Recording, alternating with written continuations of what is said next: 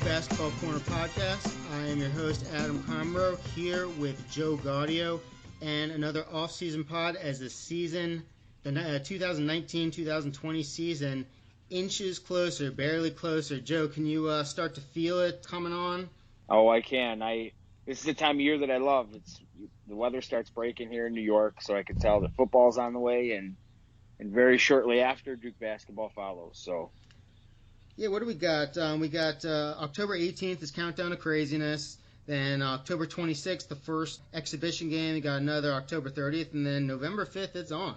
So, I mean, what is that? 5 weeks until October 18th. We're almost good to go.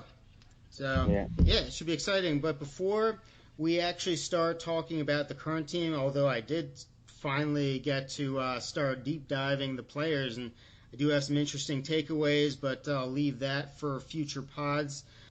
Let's go over some news and notes that have been happening lately. First of all, I think on a past pod, past couple pods, I think I was saying, like, oh, this is a dead offseason for Duke and for basketball in general, in terms of, I was always thinking, like, kind of like most sports where there's the World Championships, and then 2 years later the Olympics, 2 years after that the World Championships.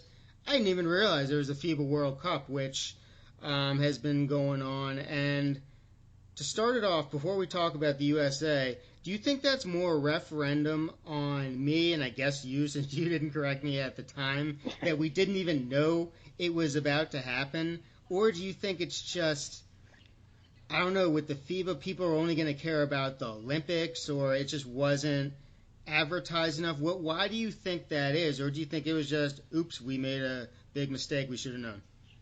I think it's a couple different reasons. I think, first of all, a lot of it has to do with there's just not too much star power involved this year with the FIBA team. So you don't get all the publicity and all sorts of different stuff that goes on with the LeBrons and players like that in the world. So I think a lot of it has to do with they just didn't have the star power this year on the team, and Coach K wasn't there. So I tend to not really pay as much attention when he's not around. The other is, I feel like it's starting to level out now a lot in the playing field. A lot of international basketball is becoming huge. So the playing field's leveling out. And so just, a lot of these players are deciding to not play in that classic and playing for their countries and all that stuff. And it just seems like they don't take as much, I don't know if they don't take as much pride of it in the USA as some of these other countries do, but I just don't think it's big anymore. Like, it's not dream team type of rosters being built anymore. So it's just, the interest isn't there for me. Yeah, I think it's interesting. I wouldn't say it's dependent on Coach K, but it's like an era kind of ended when he stepped down, and right. Popovich, through no fault of his own, he's just going to get the guys who want to be there. And there was some really intriguing, like, there's been ideas of getting maybe 25 and under, that's how they do it. And there was a good crop of guys who tried out when the team was being assembled. One thing I noticed is that a lot of guys who tried out, not a lot, but a decent amount of guys who would have had a big impact, like the two Kings guys, De'Aaron Fox, Marvin Bagley, and some others, they, at the way end of the process, they kind of dropped out. So when you don't have the best players, that continuity matters a ton when you got all these other teams across the world. They play with each other all the time. The continuity is there. The trust is there. The chemistry is there. So when you don't have the top-tier talent, it becomes even more vital. And somebody like Jason Tatum, who was big in an early game, I can't even remember who it was against. It might have been Greece, when the U.S. barely won. He sprained his ankle, and it's not a major sprain, but he didn't play after that. So the U.S., they went down to France, and then they went down to Serbia, who I was actually shocked they lost I think they lost to Spain or something, but Serbia was stacked, so I was surprised they lost. But either way, the U.S., not only are they not in the medal round, they're in, I think they're playing for the 7th, 8th place game tomorrow. Yeah. That's no matter how you feel. I mean, it's pretty disappointing. But would you say it's I don't think it's like the Chicken Little type of thing that would the sky is falling like it would have been if this happened a decade ago. I think now there's more respect for teams across the world. Plus, I mean, I guess it's more a matter of you just got to hope the better talent is going to be there for the Olympics when more people care, or at least I care more and it matters. Yeah, I mean, I think you said it right there. The only thing I think about, I don't know. I just don't think that it's as big of an event as it used to be. Again, I mean, it's just not a lot of star power in it, and people love star power. The LeBrons, the Currys, and when they're not on the stage in the forefront of these tournaments or these whatever the Olympic. I mean, they'll be there maybe for the Olympics, I would assume, but just the interest level is just not there. It just doesn't seem to be there, and they didn't show much of it on ESPN. There just wasn't. I don't know. There just wasn't much on there. But playing for 7th place is completely unacceptable, regardless of who's on that roster, because at the end of the day, they still had the best roster of anybody there.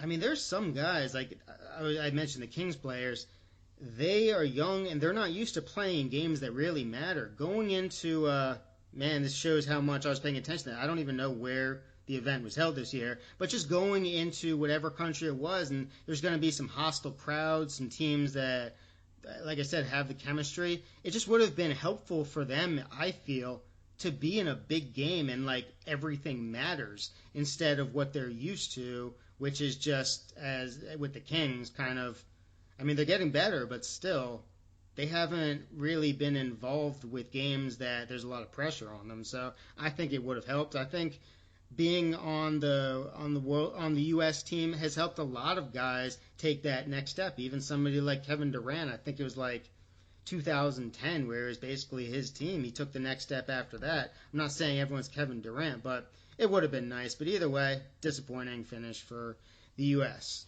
For sure. Let's go down. Mike Dunleavy, he was named assistant GM with the Warriors. And I don't know what all these specific titles mean. I mean, it's like Trajan Langdon. He's the GM for New Orleans, but there's a guy above him. Mike Dunleavy, I don't know what assistant GM means. But either way, I think it's great that he's in that position now, kind of following in the steps of his father, who, while he was a coach, he also had a bit to do with personnel decision making. So Mike Dunleavy, hopefully he can use that as a springboard to greater things. Yeah, I mean, I was glad to hear that too. Mike Dunleavy was always one of my personal favorites, and there's a lot to be said about a coach's son. He just seems to, he seemed to grow pretty quick through the ranks and stuff, and I think he's a great addition to what is already a great organization, obviously. So. Yeah, was that Brand, Langdon, Dunleavy? I'm sure there's others who are forgetting about. Is there any other Dookie in the front office? Ferry was at one point, correct? Yeah, Ferry and Billy King were. They're not currently, but right.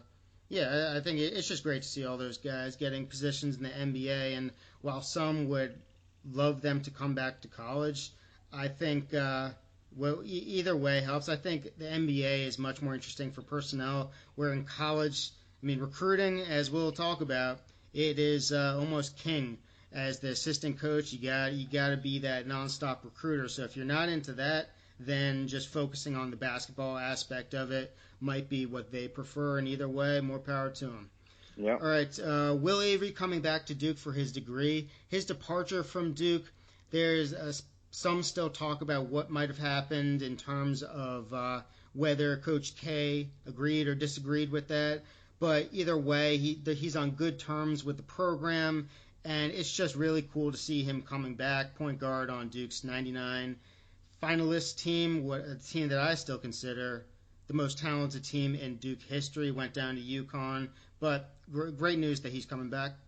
Yep, and I remember back that year. I remember we've talked a couple times. I don't think we agree completely that I thought the most talented team in Duke history was actually last year in terms of just pure talent. But, it's good. It's good to see a lot of these things and good things breaking ways for the good Duke players and the players that, we grew up, kind of idolizing. So really quick, it was kind of funny. I was just looking up random stats, and I think there's only been 2 Duke teams who've ever shot over 800 3-pointers. Number one is the 2001 team. They're far and away. They just launched it nonstop. They shot like 1,050 or something.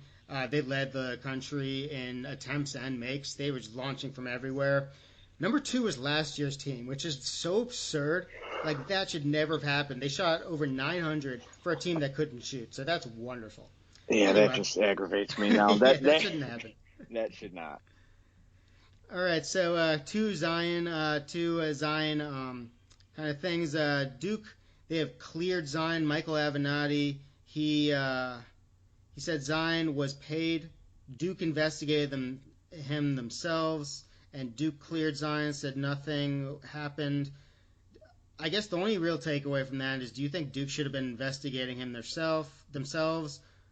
I don't really care about this to be much. If he comes away, I just have to hope he comes away free and clear from everything. But this isn't, stories like this don't exactly, unless something bad happened, I'm good with the result. But do you think Duke should have kind of investigated it themselves? Yeah, I mean, I think they did the right thing by doing their due diligence, just to, make sure that there wasn't any areas in which, Duke was aware of something that should have taken place. So I'm glad they did that. I'm glad they were smart enough to go ahead and do that. But in terms of what went on with Zion and stuff, I mean, we a lot of these, you hear these players constantly over and over and over about all this stuff, and then nothing ever comes out of any of it. So yeah, I think there was something with Bagley the year before. And Wendell for Carter. AAU. Yeah, Wendell Carter, that came out like it was like $50 for lunch or something. Yeah, he ate at Longhorn with his mom for $105. It's like, yeah, that's ridiculous. I mean, let the guy enjoy some steak, and I mean, it's not that big. At the end of the day, who is he hurting? So it's just, I'm just glad to hear that Zion's able to put that behind him and move forward with what I hope is going to be a great career. So. Yeah, I was only wondering if Duke should have gotten a kind of a third party to investigate instead of them. But either way, whatever happens. Hopefully it all works out. The old we're fine. We looked into it and everything's all set. Yeah, so. I mean, when you investigate your own player, it's always interesting when that happens. But I'm sure there's no bias going on there. None. Another Zion news more interesting is he took the blame for blowing out his shoe against North Carolina. Why he decided to?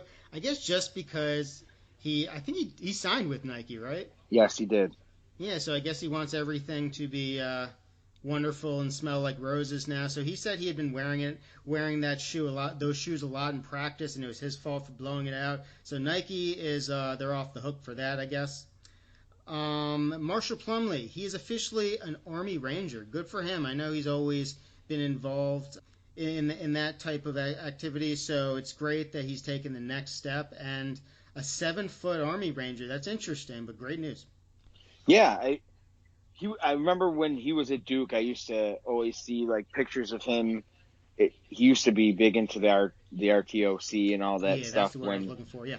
Yep. So but it's good to see a guy like that. I don't know, he's gonna stick out like a sore thumb and any sort of thing like that at 7 feet tall. But he's just, you could tell he comes from a good family and comes from good roots, and he anybody who's willing to do that and do that for their country and stuff, that's even more of a kudos to him, Yes, sir. And Coach K, Mr. West Point, and as I'll say, starting in a couple minutes, with his assistant coaches, when he started off, they basically all came from West Point. So he was big, devoted to the Army in West Point. That's where he got his start under Coach Knight. So pretty cool for Marshall. And as a kind of a spinoff in terms of what I was talking about with Zion being investigated, California, they just passed, or they are on their way to passing a law which is going to pressure the NCAA into allowing players to get compensated for their likeness while keeping their scholarship benefits. So I've always said the players deserve to get what they can get. I will always remember there was a book, The Fab Five, where Chris Webber was walking down the street, seeing his jersey everywhere, and his jersey being sold for a ton, and he couldn't afford to go to McDonald's and get a Big Mac. And I know there's some other stuff involved with Chris Webber in terms of the NCAA and stuff, but just that fact of players seeing how much money their school and just the NCAA in general makes off them. They deserve their cut. So I'm all about this. So hopefully that works out, but I'm all for it. Yeah, I'm glad to hear that. I mean, I know that it's something that they've been talking about for a long time, and the former Dookie, Billis, is a huge advocate for these guys being compensated some way, somehow. I mean, they put so much time, so much effort, so much travel into a sport that makes so much money for the NCAA that they should be getting some sort of maybe a stipend or something back, because I mean, the amount of money that Zion probably made for Duke University last year in terms of just merchandise and all this stuff is, I mean, I don't know the exact number. I wouldn't begin to even know what the exact number is, but it has to be astronomical. Oh, it's a ton. And yeah, different sport, but I still remember, I mean, Twitter can be good for kind of when you post something, it can tell a whole story with one post. And the LSU football team, their locker room was renovated, or their kind of training facility, and it just looked like $1 billion. I mean, it was amazing. Just so much money was poured into it. And then this student at LSU took a picture of the library, which was all run down, and said, "This is our library." And it just goes to show you where the money goes to. And it's interesting. It is. Yep, next is Kenny Blakeney. When we were doing our Where Are They Now kind of thing with ex-players and coaches, I didn't realize, actually, I forgot this, even though this is his first year, so he was just named the Howard coach. Kenny Blakeney, he was a redshirt when he first came to Duke, and he didn't end up making a huge impact. He was there during the dark times of the mid-'90s, but he was Duke tried and true. He was named Howard coach. This is his first year at Howard. Really rooting for him to succeed. The HBCUs, I am rooting for them to succeed, because it's always a struggle for them financially. I mean, they take these games both in football and basketball and just get slaughtered by the top teams just to get a little bit of money. So, I mean, their non-conference schedules are always like really impressive, but they're all like 0-10 entering the conference season. I want those teams and those schools to get some success. So hopefully Kenny Blakeney can do well with Howard. Yeah, that'd be great. It's a lot of these teams, and it's very rare. You saw Kentucky, I believe it was Kentucky a couple years ago. Didn't they go to Robert Morris and play in Robert Morris? Or every now and then you see these big schools go to small, like, gyms and universities to play teams, but it's very, very, very rare. So now, if you want to play Duke, or you want to, get some sort of exposure, you have to go to Cameron and play in Cameron. And, like, let's be realistic, 900 times out of 900 times, you're going to lose that game by 30. Like, it's just going to happen. So if they're able to bring some a piece into the smaller universities and stuff like that, I think that's great for college basketball. Okay, 2 quick Duke updates, and then one thing with me whining. Jon Scheyer was on Jordan Sperber's pod. Check that out. I haven't listened yet, but that should be interesting. Jordan Sperber, he is great. Let me see, what is his pod called? His pod is called, this is Solving Basketball. With Jordan Sperber's pod is Solving Basketball. As everyone knows, I'm a big Sperber fan, so I'm interested to hear what he talks about with Scheyer. Then the Duke-Kansas Champions Classic game, that has officially been named the opener for the Champions Classic. That is at 7 o'clock, and you are going to that, correct? I am, and I am very upset that it's a 7 o'clock time slot. But I'm a very emotional, as we spoke in the past, I'm a very emotional Duke basketball fan, win or lose. So I was hoping to watch a basketball game before watching the Duke basketball game. But I guess either way, I'll be there. And wasn't it you that mentioned, we were mentioning the other day that we actually looked at Andy Katz's most recent rankings, and they had the top 4 teams in the country were all 4 teams participating in the Champions Classic. So, I mean, couldn't pick a better event to be at, I guess. So just be glad to be there, and just hope we have more points at the end of the game than Kansas does. So. Okay, and let me just quickly whine. I am, of course, I happen to be stuck with Comcast. Comcast is the only network that does not have the ACC network. So I don't know what am I supposed to do? Like I honestly don't know because I think the deal is like they have their contract with ESPN the way it is until the end of the season. So there's just no way I don't think they're going to be able to have it unless I'm wrong about that. And I've actually tried contacting like Hulu saying like, can I just get this one channel and nothing else? And no, it's not possible. So man, that's really disappointing for me because I honestly I'm gonna miss not just I mean I'm sure there's gonna be a couple Duke games, but also just there's gonna be a ton of games with the ACC that I would love to see, and I'm not gonna get to. So it's just really weak for them not to get that because I mean I already pay an arm and a leg. I deserve it, but that's me being annoyed, me being angry, and whoever doesn't have Comcast or Comcast/Xfinity, good for you, because those of you who are like me, it's pretty annoying. Actually, let me ask one more thing before we get to the recruiting. There with the NFL, the first game, college, I think it was like the first game that was like Miami, Florida. Yeah, yep. The NFL, it was Green Bay, someone. And the Bears. The Bears, yeah. Like those were really ugly, rusty games. And last year, actually for a couple of years, I've been saying I would love for the Champions Classic to be like the first Tuesday after the Super Bowl, when all eyes kind of switch over and are on that. Because I mean, if you remember, I mean, Kentucky wasn't ready for Duke last year.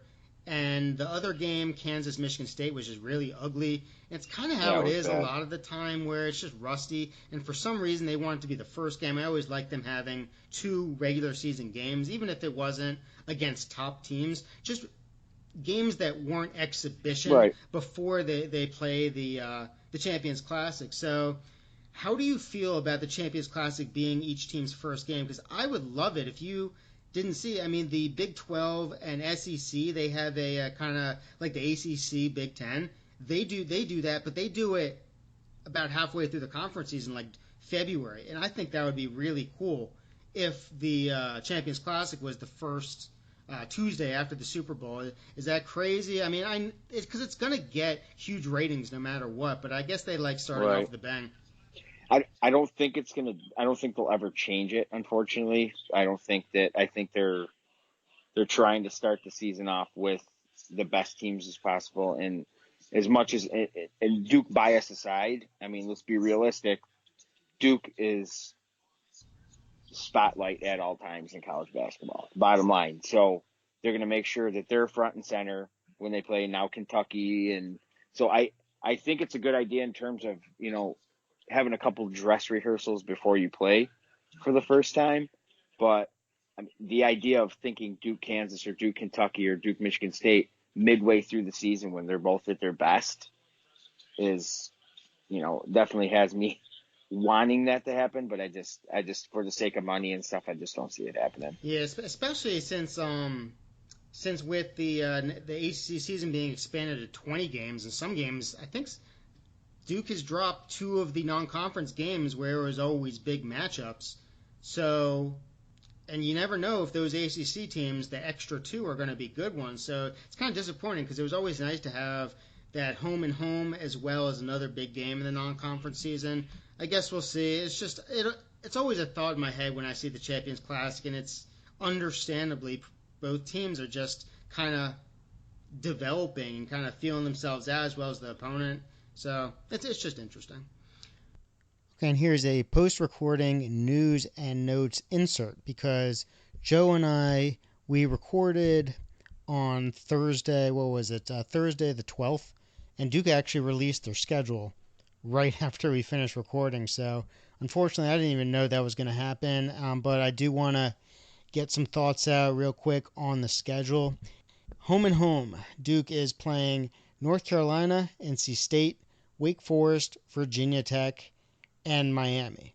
So 2 of those schools obviously were added on because whereas it was a 18-game schedule in the ACC on the past couple seasons, now it is a 20-game ACC season. So when you think about the fact that Duke isn't playing a home-and-home non-conference anymore. I mentioned this kind of on the news and notes a couple pods ago, where they used to play like Temple, St. John's, UCLA, all that.